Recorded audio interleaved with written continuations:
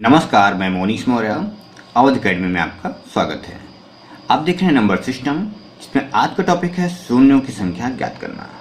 Topic शुरू करने से पहले हम थोड़ा सा बेसिक कॉन्सेप्ट आपको समझाते हैं, जिसके आधार पर सभी सवाल लगने वाले हैं।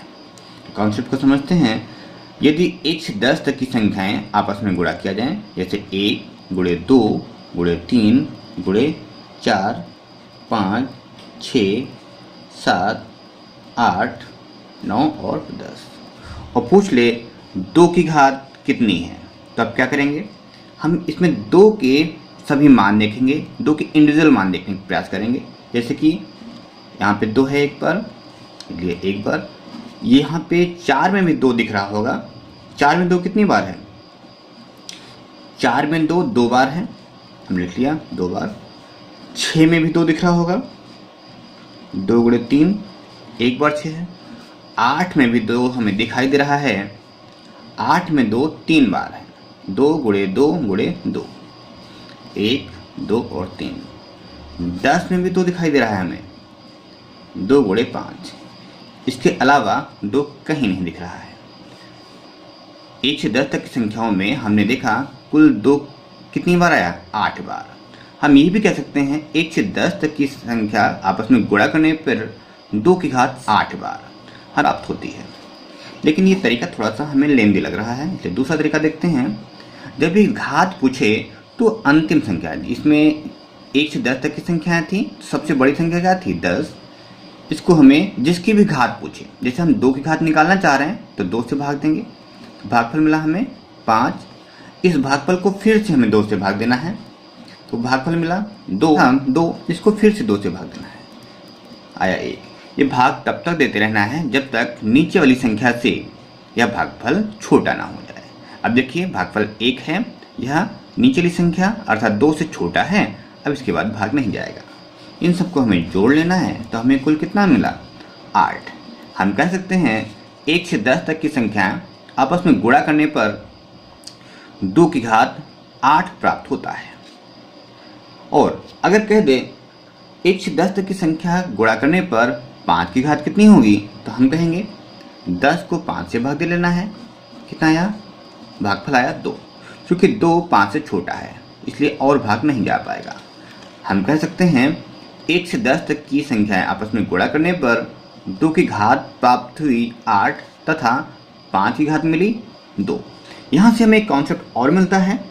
अगर 1 से 10 तक की संख्याएं आपस में गुणा किया जाए और पूछ ले कि इसमें लास्ट से 0 की संख्या कितनी होगी गुणा करने के बाद, और जब भी हमें 0 निकालना है तो हमें करना ये है 2 और 5 के गुणन देखना है, मल्टीपल देखना है, कितने मल्टीपल 2 और 5 के मिलते हैं। और हमें ध्यान ये देना है 2 और 5 की घातें जब हम निकालेंगे तो जिसकी घात कम होगी उतने ही 0 मिलेंगे, या इन दोनों के कितने पेयर बन पाएंगे, तो जिसकी घात कम होंगे पेयर उतने ही मिलेंगे। अर्थात इनको जब हम आपस में गुणा करेंगे तो पेयर कितने बन रहे हैं? 2। तो हम कह सकते हैं 0 अगर हम पूछे होते तो पेयर कितने बने? 2। 2 ही शून्य मिलते। उम्मीद है समझ पाए होंगे। इसी कॉन्सेप्ट पे हम सवाल देखते हैं अगला। यहाँ पे सवाल है 1 से लेकर के 50 तक की संख्याएं आपस में गुणा की जाती हैं। पूछ रखा है कितने शून्य होंगे।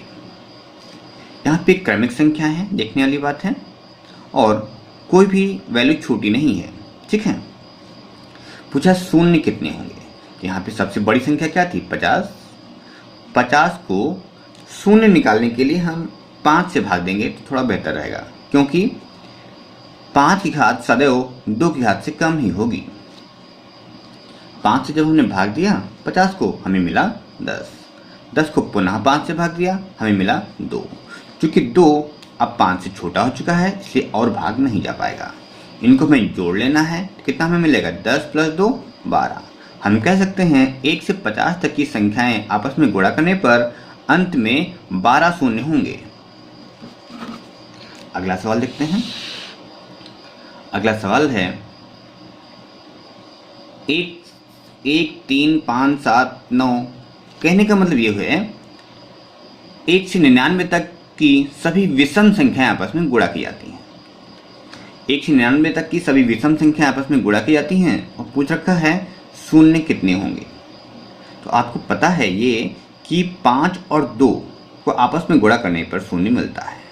तो 1 से 99 तक की संख्या जब हम लिख रहे हैं तो 5 तो मिल रहा है, लेकिन जब संख्याएं विषम हैं तो 2 नहीं मिलेगा। जब 5 2 का गुणनफल ही नहीं मिल पाएगा तो शून्य बन ही नहीं पाएगा। इसलिए हम कह सकते हैं शून्यों की संख्या नहीं होगी, मतलब कोई शून्य नहीं होंगे। 1 से 99 तक की संख्या जब हम आपस में गुणा करेंगे तो अंत में कोई भी शून्य नहीं मिलेगा। अगला सवाल देखते हैं। अगला सवाल है 1 से लेकर के 20 तक की संख्या आपस में गुणा करने पर कितने शून्य होंगे।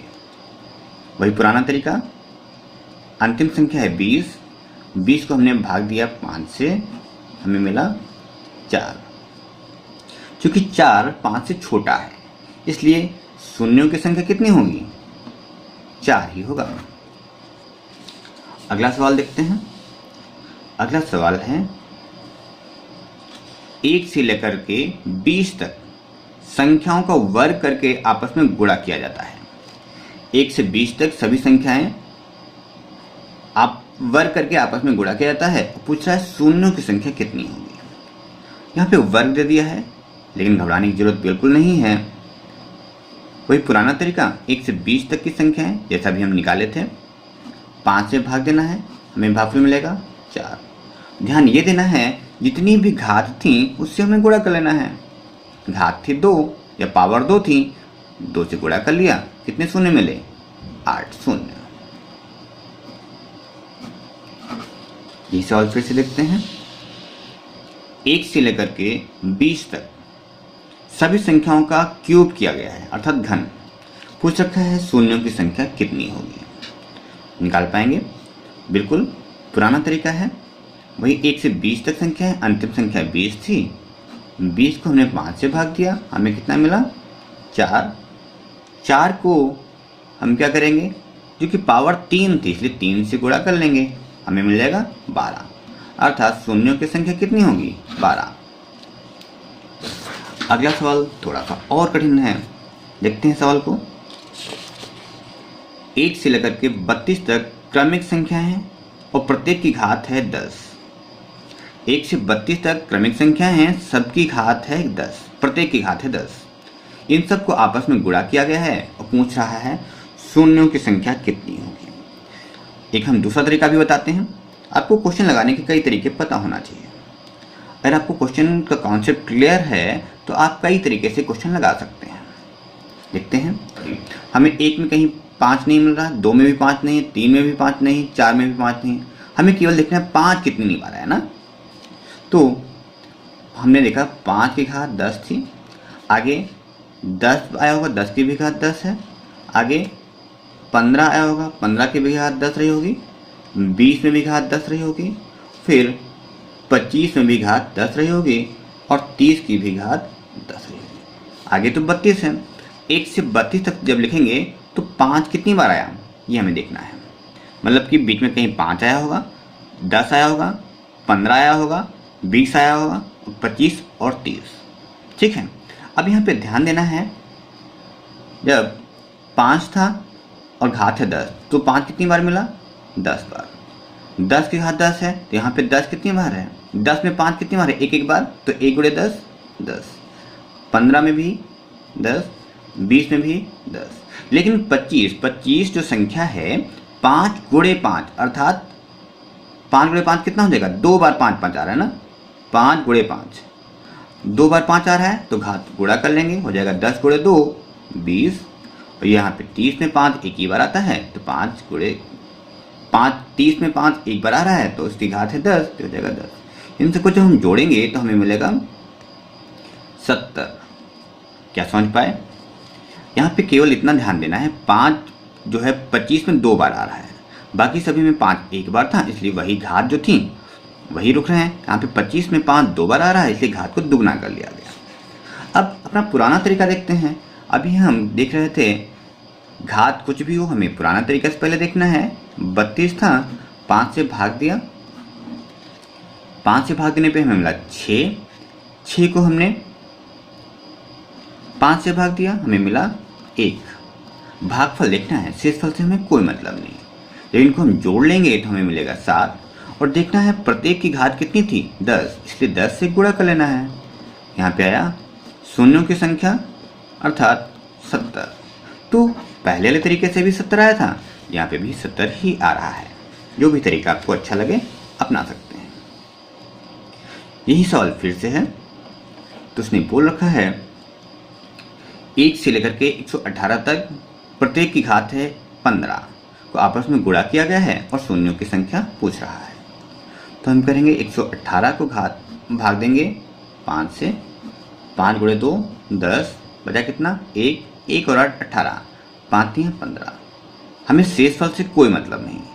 अब 23 जो है 23 को भाग देना है 5 से, हमें मिल रहा है 5 गुणे 4 20। अब चूंकि 4 5 से छोटा है इसलिए और आगे नहीं जा पाएगा, इसलिए इनको हम जोड़ लेंगे। तो 23 प्लस 5 कितना हो गया, 23 प्लस 4 कितना हो गया 27। 27 को हम गुणा किससे करेंगे 15 से, चूंकि घात 15 थी। यहाँ पे 15 गुणे 7, 15 गुणे 7 कितना होता है 15 गुणे 6 90, 15 7 105, हाँ चलाया 10, 15 गुणे 2 30 और 10 40। ये शून्य मिल रहे हैं 400। अगला सवाल थोड़ा और अच्छा है। यहाँ पे बोल रखा है 1 की घात 3, 2 की घात 4, 3 की घात 5, 4 की घात 6 और 5 की घात 7। ये आगे भी चलता रहेगा। तो बोल रखा है 28 की घात 30 में कुल कितने शून्य होंगे। ये सवाल थोड़ा सा कठिन लग रहा है, लेकिन घबराना बिल्कुल नहीं है। हमें अपना बेसिक कॉन्सेप्ट अगर समझ रखा है तो सवाल आसानी से आ जाएगा। हम यहाँ पे देख रहे हैं जो संख्या है घात उससे प्रत्येक बार 2 2 अधिक है। तो हमने देखा 5 की घात कितनी मिली, 5 की घात मिली 7, और इसके बाद 10 आया होगा, 10 की घात भी 2 ज़्यादा होगी तो हो जाएगी 12, फिर 15, 15 की घात भी 2 ज़्यादा होगी हो जाएगी 17, फिर 20 की घात होगी 2 ज़्यादा 22, फिर 25 की घात 2 ज़्यादा होगी 27, और फिर 30 नहीं लिखेंगे, क्यों, क्योंकि 28 तक की संख्याएं थी। हमें यहाँ पे देखना है जितनी संख्याओं में बेस में 5 हो केवल वो संख्या हमने लिया। तो 5, 10, 15, 20 और 25। प्रत्येक में घात संख्या से 2 2 अधिक थी तो 2 2 अधिक करते चले। अब हमने देखा 5 में घात कितनी है 7, क्योंकि 5 एक बार आया है इसलिए घात को हम लिख लिए। 10 में भी 5 एक बार आता है तो घात है 12, 12 लिख लिया। 15 में हमने घात लिख लिया 17, 20 में घात लिख लिया 22, और 25 में 5 आता है 2 बार, 5 गुणे 5 25 होता है, इसलिए इस 2 को गुणा करेंगे घात से तो हो जाएगा 27 गुणे 2 54। अब हमें शून्यों की संख्या निकालनी थी, हमें जोड़ लेना है घातों को। हो जाएगा 7 2 9, 9 और 7 16, 16 6 22, हाँ चलाया 2, 2 को 5 में जोड़ दिया 7 2 9 2 11, यह आ गया शून्य। समझ पाए? नहीं समझ पाए तो फिर से समझिएगा। यहाँ पे संख्या दे रखी हैं और प्रत्येक बार जो घात है मेन संख्या से 2 2 अधिक है। जैसे 1 में घात थी 3, 2 की घात थी 4, 3 की घात थी 5, 4 की घात थी 6, 5 की घात है 7 और 6 की घात है 8। चलता रहेगा यही सिलसिला। 28 की घात है 30 और इन सबको आपस में गुणा किया गया है। पूछा है शून्य कितने होंगे, तो हमने देखा 5 की घात रही होगी 7, दे रखा है। इसके बाद 5 वाली संख्या कौन होगी 10, 10 की घात 2 अधिक होगी तो हो जाएगी 12, 15 की घात 2 अधिक होगी तो हो जाएगी 17, 20 की घात 2 अधिक होगी तो हो जाएगी 22 और 25 की घात होगी 27। अब 5 से लेकर के 20 तक सभी में 5 एक बार आता है, इसलिए घात को हम 1 1 से गुणा करेंगे तो वही घात लिख लेंगे। और 25 में 5 आता है 2 बार, इसलिए घात को 2 से गुणा करेंगे तो घात थी 27 को 2 से गुणा किया आ गया 54। इन सबको हमने जोड़ लिया तो हमें मिला 112 शून्य। अगला सवाल है 24 गुणे 60 गुणे 125 गुणे 55 गुणे 95 में शून्यों की संख्या ज्ञात करनी है। तो हमें यहाँ पे कोई घात नहीं है, बिल्कुल घबराइएगा नहीं, केवल इनके गुणनखंड बनाना है। 24 को जब हम गुणनखंड बनाएंगे तो हमें मिलेगा 2 गुणे 2 गुणे 2, ये हो गया 8 गुणे 3 हो गया 24। जब हम तोड़ेंगे 60 को तोड़ेंगे तो ये हो जाएगा 15 गुणे 4 60 होता है। 4 को तोड़ेंगे 2 गुणे 2 4 हो गया। 15 के लिए 3 गुणे 5 4 गुणे 15 60 हो गया। 25 को जब हम तोड़ेंगे तो हमें मिलेगा 5 गुणे 5 गुणे 5। फिर 55 को जब हम तोड़ेंगे तो हमें मिलेगा 5 गुणे 11। फिर 95 को जब हम तोड़ेंगे तो हमें मिलेगा 19 पंजे 95 होता है, 5 गुणे 19। ठीक है, जल्दी से हमने गुणनखंड कर लिया। अब हमें पता है 2 और 5 के गुणा करने पर ही जीरो मिलेगा।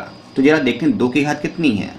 2 है 1 बार, 2 बार, 3, 4, 5, 2 केवल 5 बार है।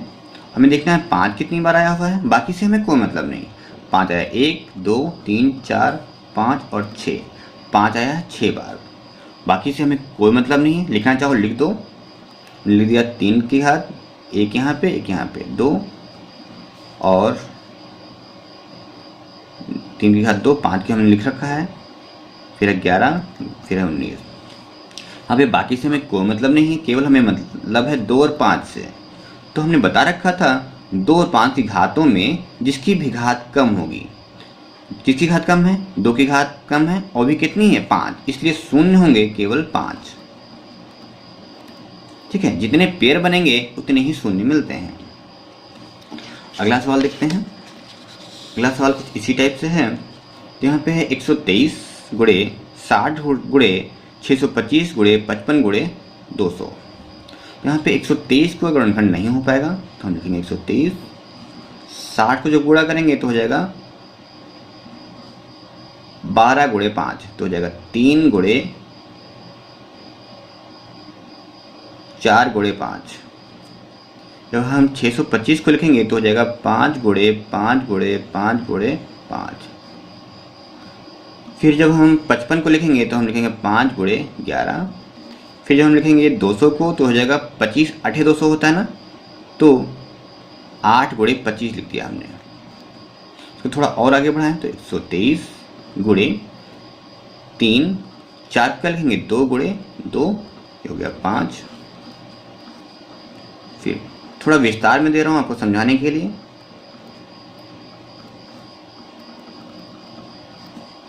8 को लिख सकते हैं 2 की घात 3 या 2 गुणे 2 गुणे 2, और 25 को लिख सकते हैं 5 गुणे 5। अब यहाँ पे हमें बाकी से कोई मतलब नहीं, केवल हमें मतलब है 2 और 5 से। तो हमने देखा 2 की घात कितनी है, 1 2 3 4 5, 2 की घात है 5, और हमें देखना है 5 की घात कितनी है, 1 2 3 4 5 6 7 और 8, 5 की घात है 8। तो हमें देखना है 2 और 5 के पेयर कितने बन रहे हैं। घातों के पेयर बन रहे हैं केवल 5, इसलिए शून्यों की संख्या भी 5 ही होगी। या ऐसे कह दें, जिनकी घात कम होगी और जितनी है कम वाले की घात कितनी है 5, उतने ही शून्य होंगे। अगला सवाल है, बोल रखा है फैक्टोरियल 10 में 2 की कुल कितनी घात हैं। शुरुआत में हम इस सवाल को देख चुके थे, लेकिन 10 में 2 की घात पूछा है, तो जिसकी भी घात पूछता है उसे हमें भाग देना है। 2 की घात निकालना है इसलिए 2 से भाग दिया, और 3 की घात देता है इसलिए 3 से भाग निकालते हैं। अब 10 को 2 से जब भाग दिया तो हमें मिला 5, भागफल को फिर से 2 से भाग दे रहे हैं, हमें मिलेगा 2, 2 को फिर से भाग दिया 2 से, हमें मिला 1। इन सबको आपस में जोड़ लेंगे तो हमें मिलेगा 5 2 7 और 1 8, कुल 8 घात होंगी। 8 घात भी होगी, और यहाँ पे जब हम शून्य निकालते तो 5 से भाग देते, तब हमें कितना मिलता 2। अगला सवाल है 200 फैक्टोरियल में 7 की अधिकतम घात कितनी होगी। तो 200 फैक्टोरियल है, इसको 200 फैक्टोरियल को भाग देना है 7 से, तो 7 गुणे 2 14 बचा 6, 6 0 60 था। 60 को जब हम 7 से भाग देंगे 7 8 56, 28 को हम भाग देंगे 7 से, हमें मिलेगा 4। इन दोनों को जोड़ देंगे 28 और 4 कितना हो जाएगा 32। ये हो जाएगा 32 घात मिलेगी 7 की। ऐसे कह सकते हैं 7 की घात 32। अगला सवाल है, अगला सवाल दे रखा है 129 फैक्टोरियल में शून्यों की संख्या कितनी होगी। 129 फैक्टोरियल है और शून्य के लिए 5 से भाग देते हैं तो हो जाएगा 5 गुणे 2 10 बचा 2 और 9 29, 5 गुणे 5 25, 25 को हम 5 से भाग देंगे हमें मिलेगा 5, 5 को फिर 5 से भाग देंगे हमें मिलेगा 1। ये भाग तब तक देते रहना है जब तक नीचे वाली संख्या से भागफल छोटा ना हो जाए। अब इन सबको जब जोड़ेंगे तो हमें मिलेगा 25 5 30 और 1 31, अर्थात शून्यों की संख्या होगी 31। अगला सवाल है 5 की घात 30 गुणे 4 की घात 15 में कुल कितने शून्य होंगे। जब हम 5 की घात 30 देख रहे हैं इसको तोड़ सकते हैं, सवाल है 50 की घात 30 गुणे 4 की घात 15 में कुल कितने शून्य होंगे। तो 50 को हम तोड़ सकते हैं 2 गुणे 25 की घात 30 और 4 को तोड़ सकते हैं 2 की घात 2 और घात कितनी थी 15, ऐसे लिख सकते हैं, कोई दिक्कत नहीं। तो यहाँ पे घात यहाँ पे आ जाएगी तो हो जाएगा 2 की घात 30 और 25 को क्या लिख सकते हैं 2 की घात 5 और ये घात गुणा हो जाएगी और यहाँ पे 2 की घात कितनी हो जाएगी 30, गलत लिखा हमने, यहाँ पे था 5 की घात 2 होना चाहिए, 5 की घात 2 जो घात थी वो आ जाएगी।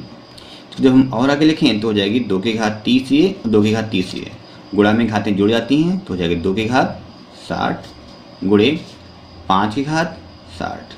यहाँ पे 2 और 5 दोनों की घात बराबर है, अर्थात कितने पेयर बन रहे हैं 60, इसलिए शून्यों की संख्या होगी 60। अगला सवाल है 150 फैक्टोरियल में शून्यों की संख्या कितनी होगी।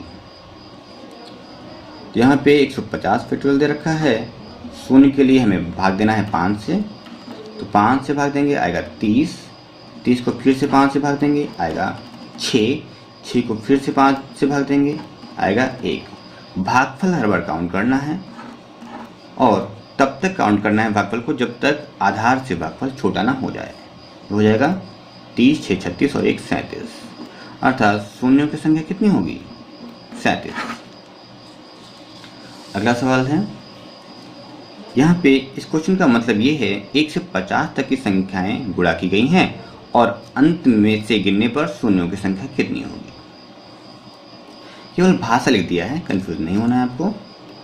तो इसको हम देख सकते हैं 50 फैक्टोरियल, 50 को भाग दिया 5 से हमें मिला 10, 10 को फिर से 5 से भाग दिया हमें मिला 2। चूँकि 2 5 से छोटा है इसलिए और भाग नहीं जा पाएगा, इसलिए इनको जोड़ लिया तो 10 + 2 कितना हो गया 12 शून्य। अंतिम सवाल है आज का, ये रखा 1 से 400 तक की सभी संख्याओं को आपस में गुणा करने पर 5 की अधिकतम कितनी घात होंगी। 1 से 400 तक सभी संख्याएं आपस में गुणा की जाती हैं, हम कह सकते हैं 400 फैक्टोरियल है। क्या करेंगे 400 को हम भाग देंगे 5 से, हो जाएगा 5 8 40 अर्थात 80, फिर 80 को हम भाग देंगे फिर से 5 से आएगा 16 5 80, फिर 16 को पुनः भाग देंगे कितना आएगा 3। हर बार हमें भागफल लिखना है, शेषफल से हमें कोई मतलब नहीं। अब इन सबको जब हम जोड़ लेंगे तो 80 16 हो जाएगा 96 और 3 99, 99 घात आई किसकी 5 की, ये हमारा आंसर 5 की घात 99। दोस्तों वीडियो कैसा लगा कमेंट बॉक्स में बताइएगा। वीडियो अगर अच्छा लगे तो लाइक की बटन दबा दीजिएगा। Okay, thanks for watching.